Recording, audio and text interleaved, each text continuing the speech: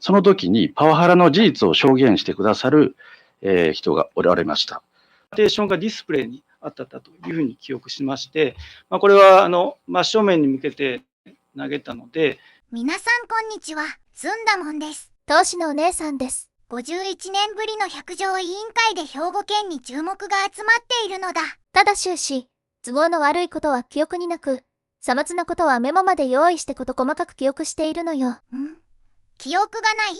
東大卒だよね。そんなに記憶をなくすなら知事は務まらないと思うのだ。あまりにもお粗末よね。今回、兵庫県議会の百条委員会で、斉藤知事がパワハラ疑惑に対し業務上必要な指導だったと反論しました。告発者の停職処分も、誹謗中傷性が高い文書に基づく正当な処分と主張。しかし、職員の証言と知事の認識には大きな食い違いが、知事の対応がさらなる疑惑を呼び、県政への信頼が揺らいでいます。今後の調査次第で、知事の政治生命も危機にさらされるかもしれません。真相解明に向けた動きに注目です。日常のパワハラの記憶はありませんが、不戦の件については超絶に語ります。それでは、ご覧ください。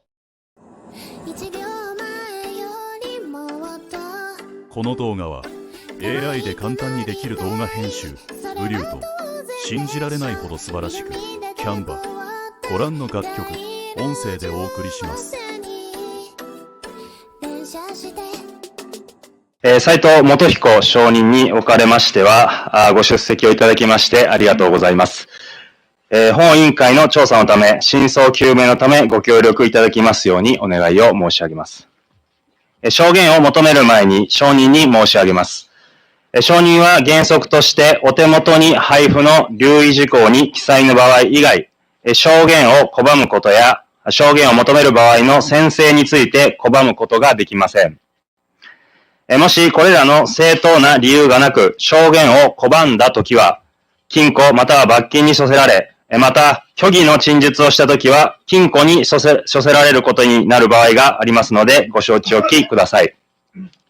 それでは法律の定めるところにより証人に宣誓を求めます。傍聴の方、報道関係の方も含めましてご起立をお願いします。それでは証人は宣誓書朗読をお願いいたします。宣誓書、良心に従って真実を述べ、何事も隠さず、また何事も付け加えないことを誓います。令和6年8月30日、斉藤元彦。はい、それでは着席をお願いいたします。それでは証人は宣誓書に署名をお願いいたします。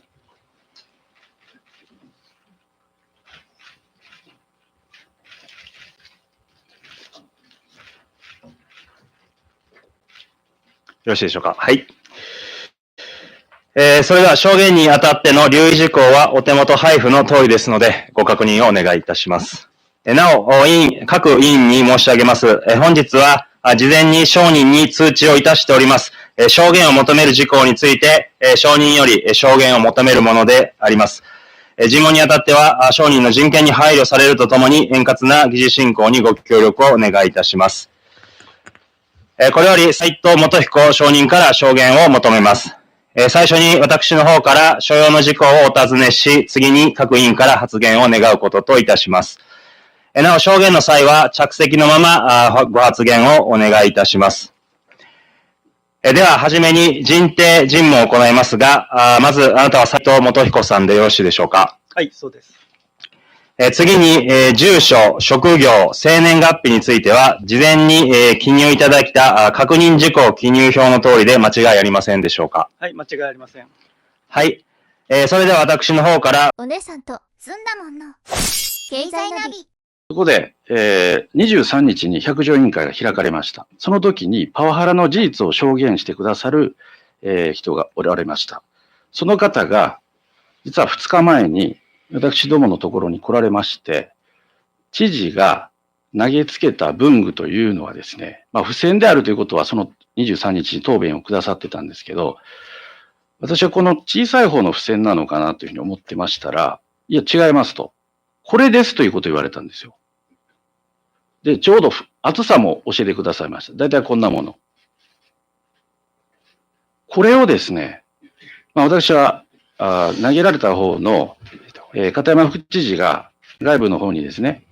メディアの皆さんにそのことを事実として言われているということを聞いてましたんで、それは片山副知事ですかって言いましたら、そうですと答弁あったんです。それで時間切れになったんですけど、知事はどういった意図でですね、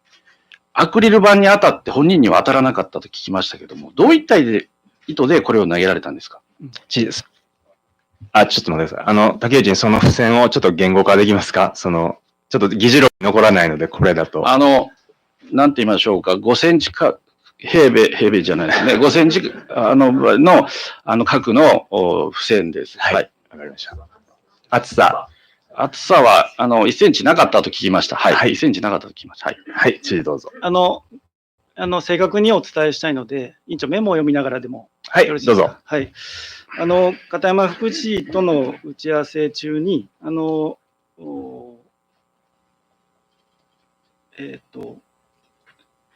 片山副知事に向かってではなく、机に向かって投げたということはあります。アクリル板と言ってました。これはですね、付箋は、1枚の付箋です。それで、背景言いますと、実は3月の上旬の頃だというふうに記憶してます。で、その頃、県立大学の授業料無償化の関係で、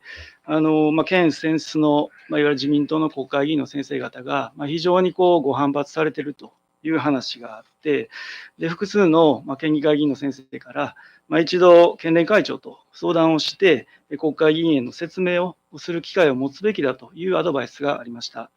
で、3月の3日にですね、県連大会があったときに、県連会長と相談していいよというふうに了承を得たんです。で、具体的な日程調整は、片山副知事を通じて、当該先生の事務所とやらせていただくということになりました。で、その後で、片山副知事に対して、これ本当に重要案件だから、しっかり国会議員の、特に自民党の国会議員の先生が説明の機会作りについて、県連会長と相談するようにというふうに言いました。そして、県連会長にはもうすでに話をしてるからというふうに言ってました。で、ところが後日、片山副知事と、当時の総務部長が、突然、レクのアポなく私の部屋に入ってこられて、どうしたんだって聞いたら、片山副知事が、当該、その県連会長の事務所から、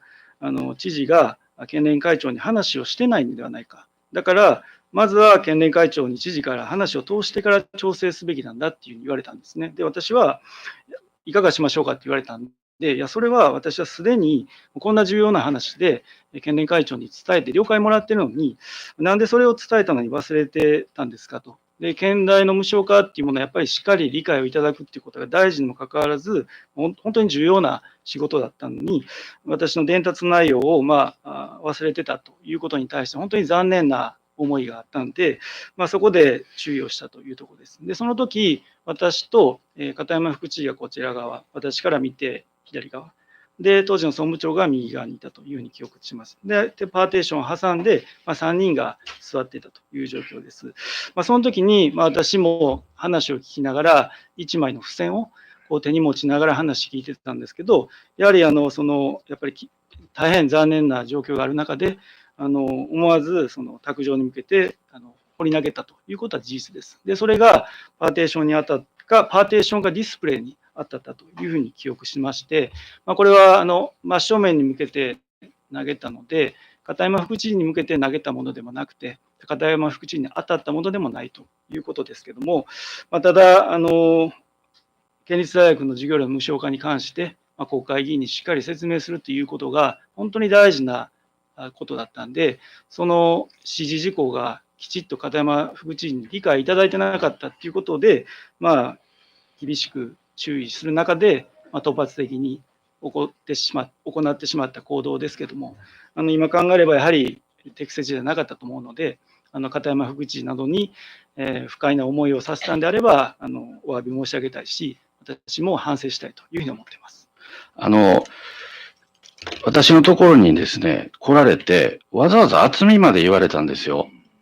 で、百条委員会で、この厚みはですね、別のところで聞いてますけども、不選ということと片山副知事ということもお認めになってるんですよ。なんで片山副知事に向かって投げてないとかおっしゃるんですか？まず、その大きさの付箋を束のまま投げたってことはないです。これは私はその時を覚えてますけども、やはり1枚の付箋をこう自分の中でこう折りたたみながら、話を聞いてて、でそして、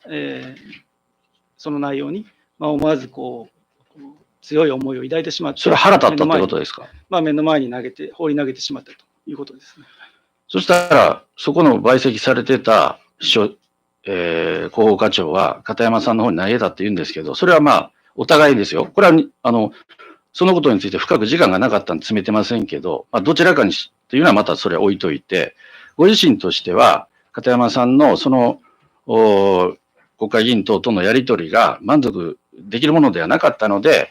本人に向かってはないけれども、投げてしまったということですね。本人に向かって投げたっていうことはないですし、本人にも当たってませんが、やっぱり業務のちゃんとやってほしいという思いから、思わず手に持ってた1枚の付箋を多少折り曲げてたと思いますけど、それを目の前に放り投げてしまったということは事実です。はい、竹内があと2、3問で、はい、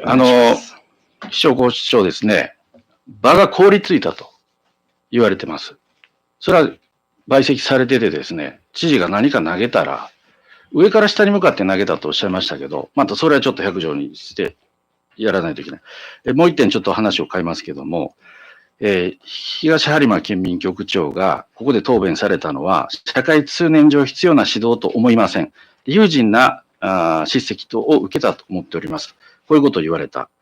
それと、その時にですね、同席されてた企画部長も、怒鳴り散らしたというのは明らかで、これが必要な指導の範囲内かとしたら、間違いなく必要な範囲を超えているやろうと、このようにおっしゃっています。東播磨県民局考古博物館のところで、ご自身が取られた行為っていうのは、必要以上だと、受けた方がおっしゃってるんですけど、ご自身はどう思われてますか？先ほどから言ってることになりますけど、私としては、あの時の認識として、やはり動線をきちっと確保できてなかったということは、やはり問題があるということで、それは従来通りの答弁ということですか？使用させていただいたということですけど、言い方について、もしご本人が不快に思われてるんであれば、そこはお詫びしたいと思います。お詫びはいいんですけど、法やルールを知らなかったから、その時叱責したっていうのは、当人たちから一番嫌なことなんですよ。それと合わせてですね、先ほど付箋投げられたということ、ご本人たちは必要以上だとおっしゃっていること、これをパワハラというんじゃないですか。ご自身は今でもパワハラをお認めにならないんですか？パワハラをしたかという認識については、私は先ほど来の繰り返しになってしまいますけど、当時としてはここを認めて反省するということはないんですか？必要な指導だと思ってましたけど、そこはやっぱり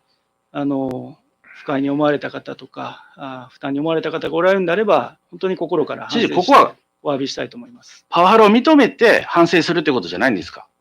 気持ちだけじゃなくて。パワハラかどうかは私が判定するというよりも、それは百条委員会とか第三者委員会が判定するものだと思いますけど、私は自分が行った行為で不快に思われた人がおられるんであれば、そこは本当にお詫びをしたいというふうに思っています。はい、すみません。はい、それでは共産党小本委員お願いします。